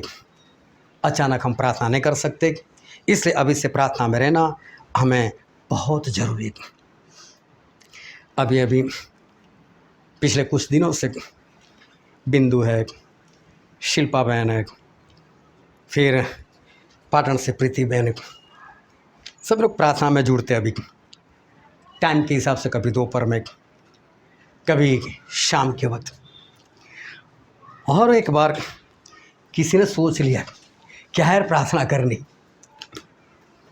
परमेश्वर ने बता दिया, उसको पता है प्रार्थना में ऐसा सोच रहे, कबूल किया। हाँ मैं ऐसा सोच रही थी प्रार्थना में। सोचो अगर आज प्रार्थना में हम टूट जाएंगे, आज प्रार्थना लंबी लगेगी, अगर आज प्रार्थना में नहीं बैठ पाएंगे तो क्या होगा? उस वक्त हम कैसे प्रार्थना कर पाएंगे? उस वक्त लगातार हम प्रार्थना में कैसे रहेंगे? प्रार्थना में रहना बहुत जरूरी है। पहले से प्रार्थना हमारे जीवन में होनी चाहिए। प्रार्थना वो धुआं है। धुआं तब है जब आग है, आग तब है जब कोयले जल रहे, और कोयले एक नहीं होता, कोयला एक से ज़्यादा होता है। इसका मतलब संगति में लोग हैं, साथ में है, और सभी लोग जल रहे। एक कोयले को निकाल दो फिर क्या होता है? कोयला राख हो जाता है। इसका मतलब साथ में होगे तो जलते रहोगे, साथ में होगे तो धुआं निकालते रहोगे, अलग हो जाओगे तो राख हो जाओगे।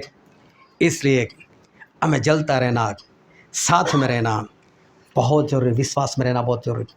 और इसलिए बाइबल में एक वचन लिखा है, हम पढ़ते हैं इब्रानी उसका पहला अध्याय और वचन 7। और स्वर्गदूतों के विषय में यह कहता है, वह अपने दूतों को पवन और अपने सेवकों को धधकती आग बनाता है। परमेश्वर अपने सेवकों को क्या बनाते हैं? धधकती आग। तो विश्वासी लोग कैसे होने चाहिए? जलते हुए धधकती आग के समान होने चाहिए। फिर वचन संहिता में लिखा है उसका 104 अध्याय और 4 वचन, जो पवनों को अपने दूत और धधकती आग को अपने टहलुए बनाता है। टहलुए मतलब सेवा करने वाले लोग, परमेश्वर के लोग, उनको क्या बनाते हैं परमेश्वर? धधकती आग।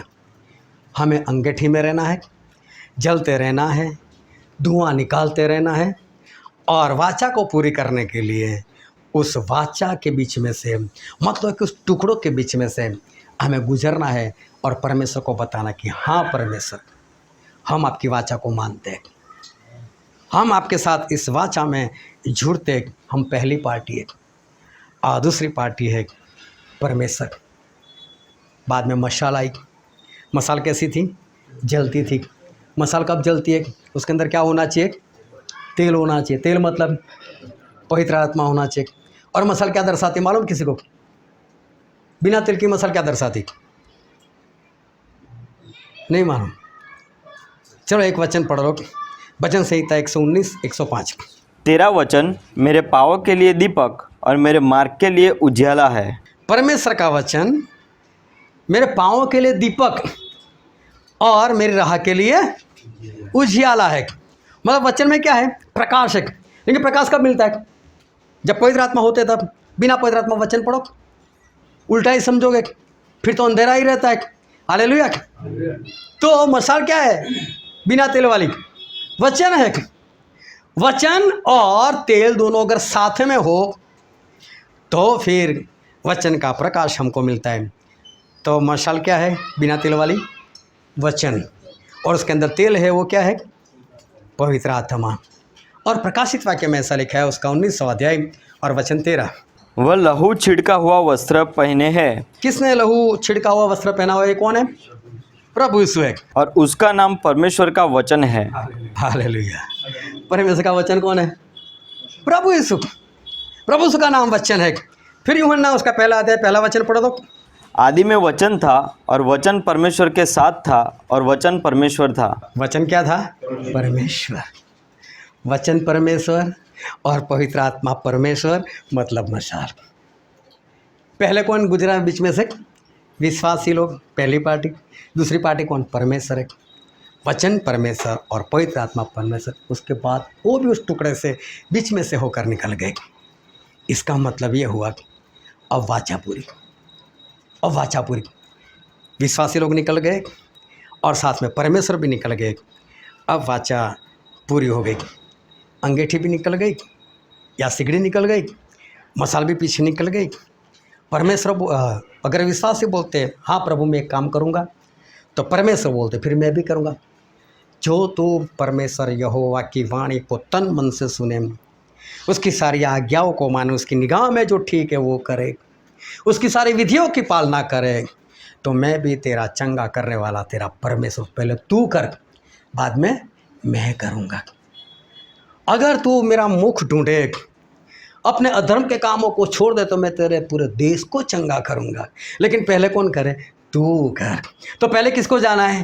अंगूठी को जाना है, अंगीठी को जाना है, मशहूस सिगड़ी को जाना है, विश्वास को जाना है। उसके बाद परमेश्वर बीच में से आएंगे, हाँ तूने किया तो मैं भी करता हूँ, चल तू इतना कर तो मैं भी करूँगा। मेरे लहू से शुद्ध हो जा, मेरे लहू से पवित्र हो जा, बपतिस्मा ले ले, पापों की क्षमा पा ले, पवित्र आत्मा पा ले, मेरा काम कर, मोहर पार, तो स्वर्ग में। इतना नहीं करेगा तो तू भी स्वर्ग में नहीं। ये सारे काम हमको पूरा करना है। लोगों ने आकर पतरस को पूछा, पतरस स्वर्ग में जाने के लिए क्या करे? पतरस बोलते हैं कि बपतिस्मा लो, तौबा करो, पापों से मन फिराओ, अपने पापों की क्षमा पाओ, पवित्र आत्मा पाओ, उनका काम करो, मोहर पाओ, पहुंच जाओ। मैं पहले कौन करेगा? हम परमेश्वर के पास स्वर्ग में लो, फिर मैं आत्मा बचाऊंगा। वहाँ कोई नहीं बचाने वाला। पहले किसको करना है? हमें करना है। पहले कौन जाएगी? अंगीठी जाएगी। उसके बाद हमने काम पूरा किया तो परमेश्वर भी पक्का, अब मैं भी करूँगा ही करूँगा। और एक बार विश्वासी लोग गुजर गए, एक बार उसके बाद में परमेश्वर पे गुजर गए, तो समझ लो वाचा खत्म, वाचा पूरी हो गई। अगर विश्वासी ने काम पूरा कर दिया तो परमेश्वर भी चुकेंगे नहीं, वो अपना काम पूरा करेंगे। और जो वचन हम पढ़ रहे थे उत्पत्ति उसका 15 अध्याय 7 वचन पढ़ो तो क्या लिखा है? तब उसने उससे कहा, मैं वही यहोवा हूँ जो तुझे कसदियों के उर नगर से बाहर ले आया कि तुझको इस देश का अधिकार दूँ। परमेश्वर क्या बोलते हैं? इस देश का अधिकार दूँ, दिया नहीं। मैं दूँ मतलब स्वर्ग में तुझे दूंगा, दिया नहीं। तो अब्राहम क्या पूछते, पढ़ो तो उसका 8 वचन। उसने कहा, हे प्रभु यहोवा, मैं कैसे जानूं कि मैं इसका अधिकारी हूँगा? हाँ, ये अब्राहम पूछ रहे हैं, परमेश्वर मैं कैसे जानूं मैं अधिकार होऊंगा? तो फिर 9 वचन क्या लिखा है? यहोवा ने उससे कहा, मेरे लिए 3 वर्ष की एक कलोर और 3 वर्ष की एक बकरी और 3 वर्ष का एक मेढ़ा और एक पिंडुक और कबूतर का एक बच्चा ले। मतलब मेरे लिए तू इतना कर, मेरे साथ वाचा बांध, मुझे बोल मैं इतना करूंगा। इस टुकड़ों के बीच में से मैं जाऊंगा। अगर परमेश्वर में आपकी आज्ञा ना मानूँ ना, तो परमेश्वर मेरे हाल ऐसे ही हो जाए, मैं भी नरक में जाऊँ। हम खुद कबूल करते, परमेश्वर आपकी आज्ञा नहीं मानेंगे तो मैं भी नरक में। दोनों को गुजरना था। परमेश्वर बोलता ये काम कर, तू वाचा पूरी कर, तो फिर समझ जाना कि मैं भी तुझे देश दूंगा। लेकिन अभी भविष्यवाणी, मैं तुझे देश दूंगा। बोले सबूत क्या? वाचा बांध मेरे साथ, वाचा को पूरी कर, बात खत्म, मैं भी करूंगा पूरा काम। फिर 17 वचन पढ़ो तो उसका।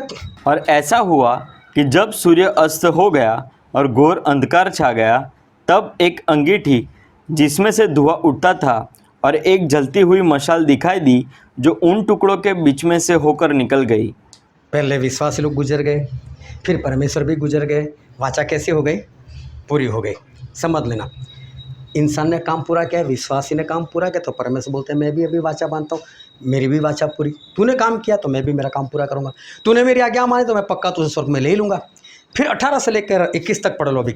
इसी दिन यहोवा ने अब्राम के साथ यह वाचा बांधी, मिस्र के महानद से लेकर परात नामक बड़े नद तक जितना देश है, अर्थात कैनियों, कनिजियों, कदमोनियों, हित्तियों, परिजियों, रपाइयों, इमोरियों, कनानियों, गिरगासियों और यबूसियों का देश मैंने तेरे वंश को दिया है। क्या लिखा है?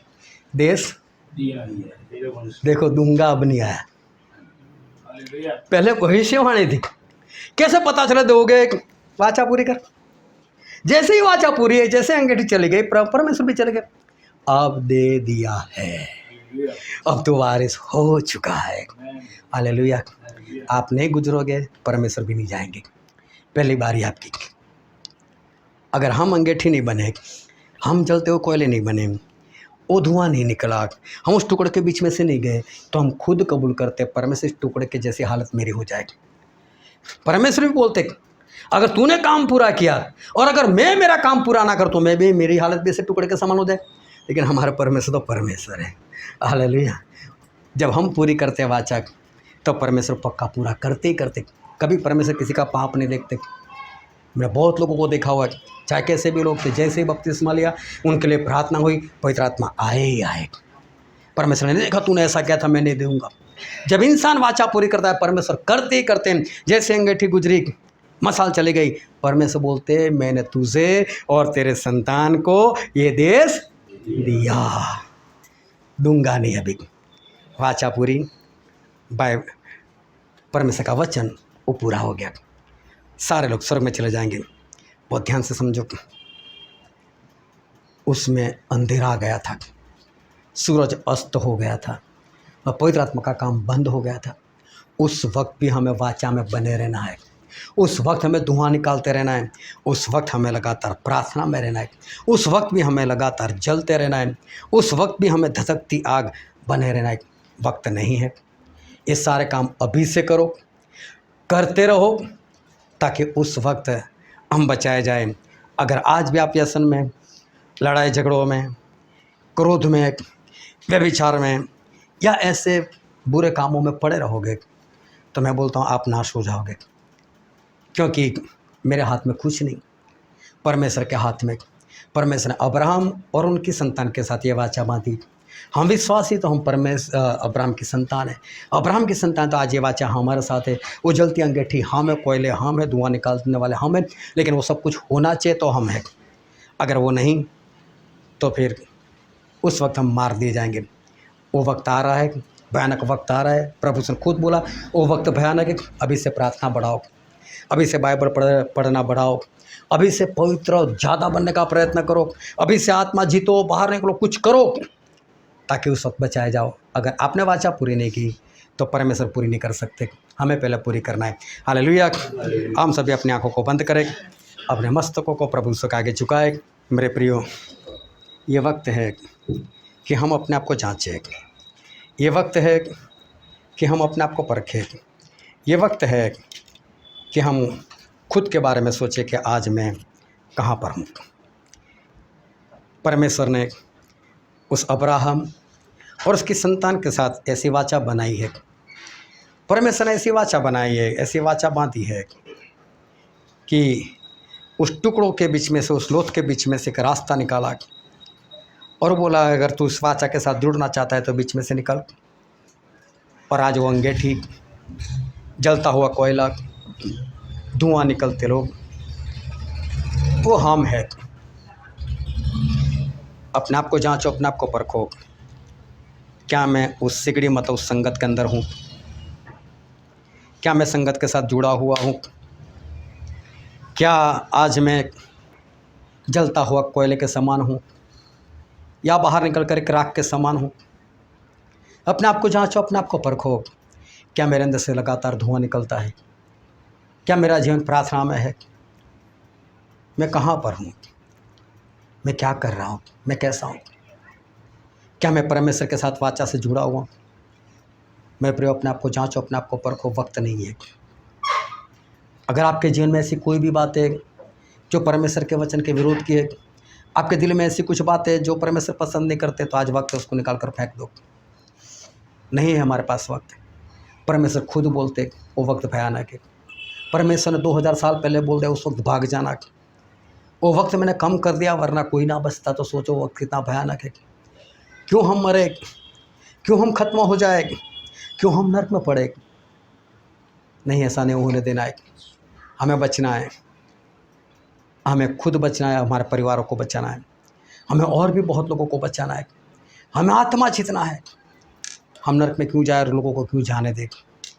भागो, जलो, धुआं निकालो, प्रार्थना करो, परमेश्वर के साथ वाचा में अच्छी तरह से जुड़े रहो ताकि बचाए जाओ। हमें बहुत काम करना है। आखिरी दिनों में हमें मरना नहीं है, और इसलिए परमेश्वर के साथ वाचा में जुड़ जाओ। ये वचन समझने के लिए, ग्रहण करने के लिए, उसके अनुसार चलने के लिए प्रभु की कृपा हम सभी पर होने पाए।